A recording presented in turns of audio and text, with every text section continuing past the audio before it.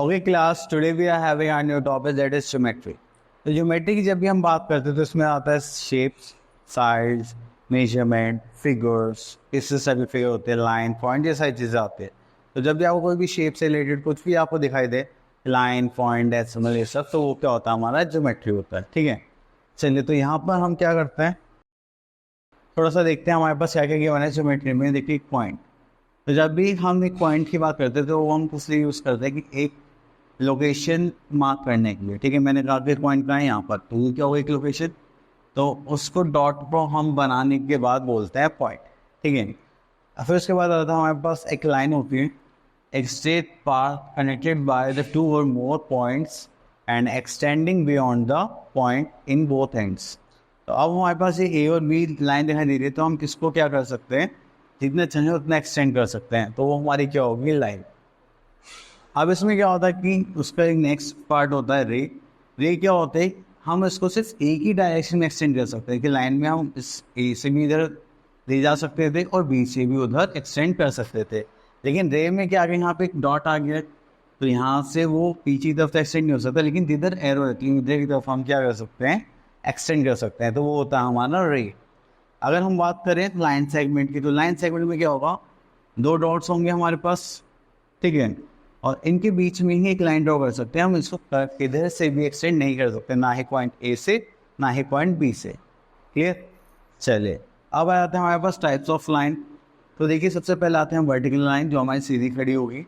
Horizontal line just like this in this shape.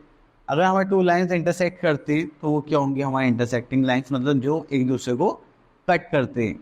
Next आता है हमारे पास slanting line, just like this, ये थोड़ी सी स्लैंट हो जिसमें से आप क्या कर सकें, स्लिप कर सकें। नेक्स्ट आता है हमारे पास कर्व लाइन, तो मतलब इसमें हल्का सा ऐसे आपको कर्व दिखाई दे रहा हो। वेव लाइन, जैसे मोटर वेव्स होती है, just like this. And the parallel lines, ऐसी टू लाइंस जो कभी भी एक दूसरे को इंटरसेक्ट नहीं करेंगी, उसको हम बोलेंगे पैरेलल लाइंस। क्लियर। चलिए तो आगे चलते हैं। अब यहाँ पर हमारे पास आ गया मैं exercise 3.1, match the shapes with their names. Okay, तो मैचिंग करनी है, करते हैं। चलिए तो ये हमारा क्या है, डॉट है, तो डॉट को हम क्या बोलते हैं, पॉइंट बोलते हैं। ठीक है, देखो दोनों साइड डॉट है, तो ये क्या हो गया, हमारी लाइन सेगमेंट। चलिए right the name of the following lines. अब आपको क्या करना है कि नेम लिखने। अभी हमने थोड़ी देर पहले पढ़ा था, ये जो लाइन है वो कौन सी लाइन है, इंटरसेक्टिंग लाइन्स। ठीक है, अगर हम देखें तो ये हमारी क्या हो गई, डी पार्ट वेव लाइन। ठीक है, बाकी की लाइन्स आप लोगों के लिए। अब आता है कि हमें क्या करना है, मेजरमेंट। जब भी हमें कोई भी चीज़ मेजर करनी होती है तो हम उसके लिए किसका यूज़ करते हैं, स्केल का यूज़ करते हैं। अब स्केल का यूज़ करने के लिए हमारे पास यहाँ पे दो चीज़ होती है, एक होता है सेंटीमीटर, एक होता है इंच। ठीक है, तो सेंटीमीटर और इंच, तो इंच में हमारे पास थोड़ा सा लार्ज गैप होता है, सेंटीमीटर थोड़ा सा छोटा गैप होता है। तो अब यहाँ पे हम क्या करेंगे, हम देखेंगे, हम यहाँ पे दो यूनिट गिवन है, सेंटीमीटर और मिलीमीटर। तो 1 सेंटीमीटर कितने बराबर होता है, 10 मिलीमीटर के। और अगर हम 1 मिलीमीटर की बात करें तो वो किसके होगा, 1/10 सेंटीमीटर पे। क्लियर। चलिए तो अब आगे चलते हैं। ठीक है, अब यहाँ पे बोला गया measure the following line segment. तो लाइन सेगमेंट मेजर करनी है। ठीक है, उसके लिए हमें क्या चाहिए, स्केल चाहिए। चलो हमने स्केल ले लिया, और इसको हम क्या करेंगे, एक पॉइंट रखेंगे ए पर और एक पॉइंट रखेंगे हम बी पर। ठीक है, ये हो गया। अब देखो ये 0 पर है, यहाँ पे लिखा था 2, 1, 2, तो ये कितना हो गया, 2.2। तो यहाँ पे लिखेंगे 2.2 सेंटीमीटर। क्लियर। तो आपको दोनों पॉइंट्स रखने स्केल पे, जहाँ पे भी मेजर होगा वहाँ पे हम काम कर लेंगे। लेकिन इस बात का ध्यान रखें, जो फर्स्ट पॉइंट है वो हमेशा किस पे होना चाहिए, 0 पे होना चाहिए, नहीं तो आप मेजर नहीं कर पाएंगे। चलिए क्वेश्चन नंबर 2 में बोला गया, draw the line segment of the following length bye in your exercise book. चलिए तो हम यहाँ पे क्या करते हैं, एक लाइन ड्रॉ करते हैं स्केल की हेल्प से। चलिए तो हम कर लेते हैं यहाँ पर 8.6 की लाइन। ठीक है, तो एक पॉइंट हमने यहाँ मार्क करना है, ठीक है, और 8.6 हमने यहाँ मार्क करना है, ठीक है, इतना मार्क कर लिया। ये दो डॉट्स दिखाई दे रहे हैं। अब हम क्या करेंगे, इनको ज्वाइन करेंगे। तो हमारे पास एक लाइन ले लेते हैं, तो हमने इसको यहाँ पे रखा, दिस पार्ट, तो यहाँ से लेके ये हो गया यहाँ, ठीक है। तो इसको हम बोल देंगे इस पॉइंट से लेकर इस पॉइंट तक, ये हो गया हमारा A B of 8.6 centimetre. Clear? तो आपको 0 से स्टार्ट करना है और 8.6 तक मार्क करना है, फिर दोनों लाइंस को ज्वाइन कर देना। तो ये क्या हो जाएगा हमारा लाइन। चलिए नेक्स्ट आते हैं हम एंगल्स पर। देखिए जैसे ये हमारी क्लॉक है, तो ये दो लाइंस सभी एक दूसरे को टच करती हैं, ठीक है। अब जैसे कि मान लीजिए मैं इसी को ले लूँ, एक यहाँ से लाइन ड्रॉ कर दी, तो मैंने यहाँ पे देखा ये जो स्पेस बनाते हैं इसको बोलता हम एंगल, ठीक है। जब भी टू आर्म्स एक दूसरे को एक कॉमन पॉइंट पे टच करते हैं तो वो क्या बनाते हैं, एक एंगल बनाते हैं, ठीक है। तो हमारे पास सबसे पहला एंगल आता है एक्यूट एंगल। एक्यूट एंगल होंगे, जैसे क्यूट होता है ना, छोटे छोटे बच्चे होते हैं, तो ऐसे ही एक्यूट एंगल होता है 0 से 90 डिग्री के बीच में जितने भी एंगल होंगे वो क्या होंगे, हमारे एक्यूट एंगल। नेक्स्ट आता है फिर हमारे पास राइट एंगल, जो हमेशा सीधा होता है, तो हमेशा सही लगता है हमें, तो इसलिए ही हम क्या देखेंगे, 90 डिग्री एंगल हमेशा कैसा रहेगा हमारा, स्ट्रेट, तो उसको हम क्या बोलेंगे, राइट एंगल, ठीक है। नेक्स्ट आता है हमारे पास ऑब्ट्यूज एंगल। ऑब्ट्यूज क्या है कि थोड़ा सा रिलैक्स रहता है, ठीक है। उसकी क्वालिटी है कि 90 डिग्री से 180 के बीच में ये लाई करता है, तो 90 से तो बड़ा होगा और 180 से छोटा होगा। अब देखिए नेक्स्ट हमारे पास स्ट्रेट एंगल, जो हमारा कितने का होता है, 180 डिग्री का, मतलब ये पूरी स्ट्रेट लाइन होती है। तो देखिए जैसे कि अगर मैं आपको दिखाऊं, तो मैंने एक लाइन ड्रॉ करी यहाँ पर, ठीक है, और उसके लिए मैंने क्या करा, प्रोटेक्टर लिया। अब देखो स्ट्रेट लाइन पे कितने का एंगल बनता है हमारा, ये यहाँ से स्टार्ट हुआ है,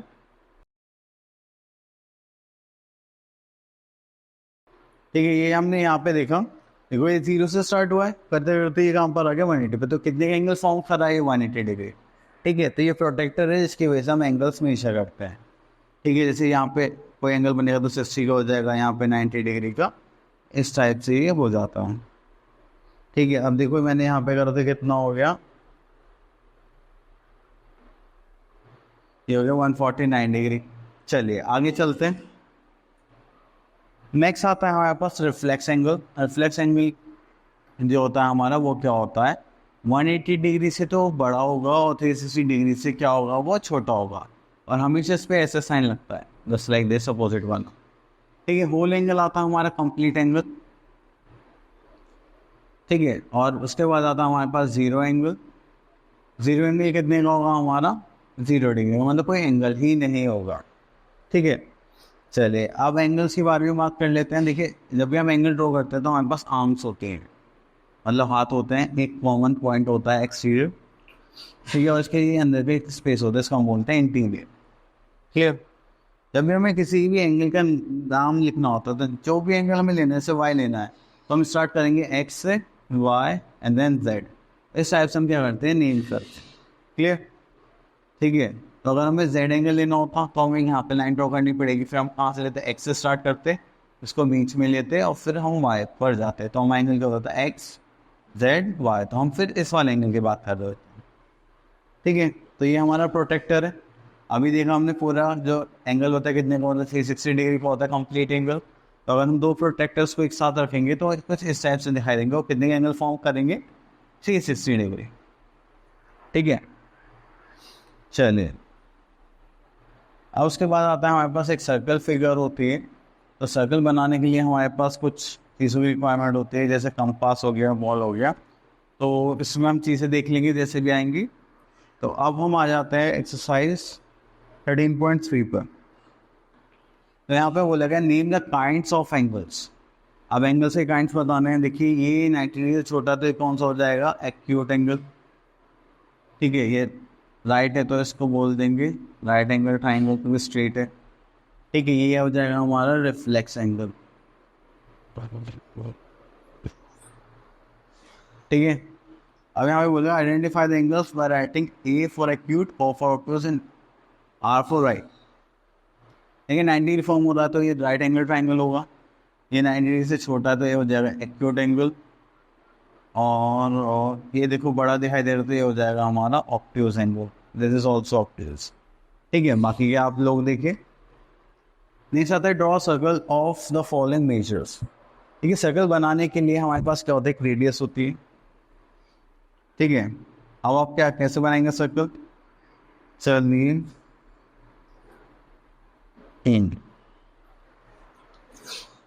देखिए आपके पास एक कंपास होगा, अब आप एक स्केल लीजिए, ऐसे स्केल है ये। ठीक है, अब आपको एक पॉइंट यहाँ पे 0 पे रखना है और एक पॉइंट आपको कहाँ पर रखना है, स्केल पर रखना है। तो उसमें से मान लीजिए 4 सेंटीमीटर का डायमीटर है। ठीक है, चलिए अभी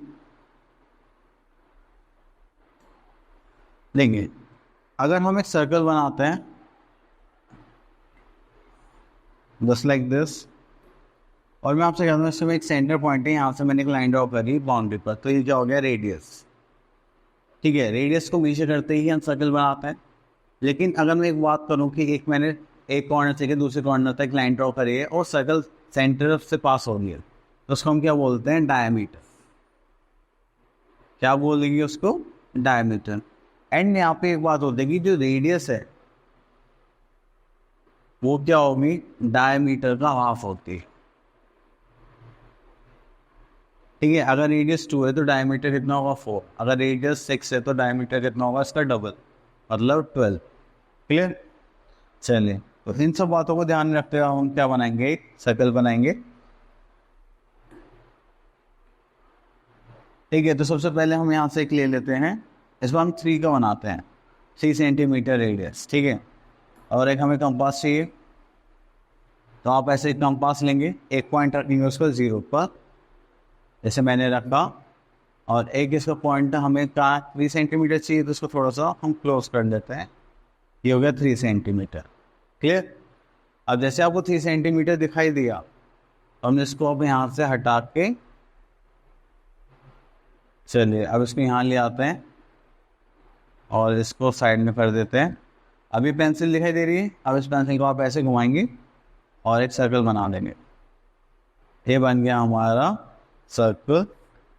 ठीक है, और अगर आप देखेंगे तो इसकी जो रेडियस है, देखिए यहाँ से लेकर यहाँ तक कितनी दिखाई दे रही है, 3 सेंटीमीटर दिखाई दे रही।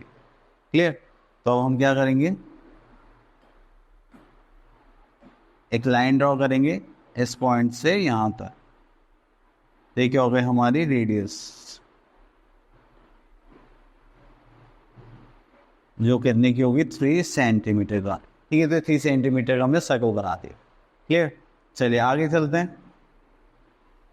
नेक्स्ट हमारे पास आते हैं ट्राइंगल्स। तो ट्राइंगल्स में हमें यहाँ पे पढ़ना है कि देखिए हमारे पास 3 साइड्स होते हैं, 3 साइड्स होती है और 3 वर्टिसेस होते हैं। ठीक है, तो और इसमें हमारे पास 3 एंगल्स भी होंगे हमारे पास, और अगर हम देखें तो हमारे 3 एंगल्स का सम कितना होगा, 180 डिग्री होगा। ठीक है, चलिए अब आता है base angle, triangles on the basis of the angles. अगर आप सारे एंगल्स क्या 90 डिग्री से छोटे हैं, मतलब ठीक है लेस देन 90 डिग्री, देन हम उसको बोलेंगे एक्यूट एंगल ट्राइंगल। अगर एक भी एंगल वो क्या 90 डिग्री से बड़ा है तो उसे हम बोलेंगे ऑब्ट्यूज एंगल ट्राइंगल। अगर इसमें एक एंगल आपको कितने का दिख जाता है, 90 डिग्री का दिखता है, तो वो क्या होगा, हमारा राइट एंगल ट्राइंगल। क्लियर। चलिए आगे मूव करते हैं। तो यहाँ पे एक्सरसाइज आ गई है 3.4, और यहाँ पर हमारे पास एक कैटेगरी हो रही है on the basis of sides. अगर देखिए हमारे पास तीनों साइड्स क्या डिफरेंट है, तो वो क्या होगा, स्केलिन ट्राइंगल होगा। अगर तीनों साइड्स हमारे पास क्या होंगी, इक्वल होंगी, तो इसको हम क्या बोलेंगे, इक्विलेटरल ट्राइंगल। अगर हमारे पास 2 साइड्स इक्वल हैं तो इसका मतलब 2 एंगल्स भी इक्वल होंगे, उसको बोलेंगे हम आइसोसेलेस ट्राइंगल। क्लियर। चलिए अब यहाँ पे आता है एक्सरसाइज 13.4। इसे बोला गया classify the following triangles with respect to their sides. Okay, तो हमें साइड्स के अकॉर्डिंग यहाँ पे आंसर करना है। देखिए यहाँ पे तीनों साइड्स इक्वल हैं, तो ये कौन सा हो गया, इक्विलेटरल ट्राइंगल। अब यहाँ पे देखिए 3.5 है, 5.5 है, ये 4. तीनों साइड्स अलग हैं, तो ये हो जाएगा हमारा scaling triangle, SCALENE scaling triangle. ठीक है, चलिए अब हमें क्वेश्चन नंबर 2 में बोला classify the following angles with respect to their angles. देखिए तीनों क्या है, ये भी 60, ये भी 60, ये भी 60, तो उसको हम क्या बोलेंगे, एक्यूट एंगल ट्राइंगल। ठीक है, ट्राइंगल के मैंने साइन बना दिया। अब जैसे इसमें 90 डिग्री एंगल बनना तो कौन सा हो जाएगा हमारा, राइट एंगल ट्राइंगल। क्लियर, चले नेक्स्ट मूव करते हैं। तो यहाँ पे मैं बोला गया fill in the blanks. Fill in the blanks में हमारे पास क्या है, in an obtuse triangle one angle must be greater than 90 degree से बड़ा होना चाहिए, one angle must be obtuse angle, तो हम लिख देते हैं हम ऑब्ट्यूज एंगल। ठीक है, अब equilateral triangle of all sides are equal, तो जब भी हमारे सारी साइड्स क्या होंगी, इक्वल होंगी, तो वो होगा हमारा equilateral triangle. Are dash triangle has no equal sides, तो कोई इक्वल साइड नहीं है, तो उसको हम क्या बोलते हैं, scaling triangle, SCALENE scaling triangle. ठीक है, तो ये हो गया हमारे ट्राइंगल्स के ऊपर। अब नेक्स्ट आते हैं हम क्वाड्रिलेटरल्स पर। तो जब भी हम क्वाड्रिलेटरल्स की बात करेंगे तो ये क्वाड्रिलेटरल्स होते हैं हमारे 4 साइडेड फिगर्स। कितने साइडेड फिगर्स, 4 साइडेड फिगर्स। तो 4 साइडेड फिगर में फर्स्ट आता है हमारे पास स्क्वायर। तो स्क्वायर में हमारे पास क्या होंगी, सारी साइड सेम होगी। ठीक है, और इसके सारे एंगल्स भी सेम होते हैं। अगर हम रेक्टेंगल की बात करें तो रेक्टेंगल भी स्क्वायर की तरह होता है, बट इसमें क्या होता है, अपोजिट साइड्स इक्वल होंगी। जैसे मान लो PQ इक्वल होगी SR के और PS इक्वल होगी QR के। ठीक है, एंगल्स इसमें भी सारे इक्वल रहते हैं। नेक्स्ट आता है पैरेललोग्राम। तो पैरेललोग्राम में एक पेयर पैरेलल होगा और दूसरा पेयर क्या होगा, अनपैरेलल। तो अपोजिट पेयर्स हमेशा क्या रहेंगे, पैरेलल। जैसे MN पैरेलल है किसके, PQ के, और MN पैरेलल है NQ के। ठीक है, चले तो which of these are parallelogram. अगर हम बात करें तो ये भी हमारा पैरेललोग्राम है, ये भी हमारा पैरेललोग्राम है, ये हमारा पैरेललोग्राम नहीं होगा। ठीक है, अब ये फिगर्स गिवन है हमें, तो आप इनके नाम ले सकते हैं। ऐसे ही क्या हो जाएगा हमारे पास, स्क्वायर हो जाएगा। ठीक है, ये हो गया हमारा पैरेललोग्राम।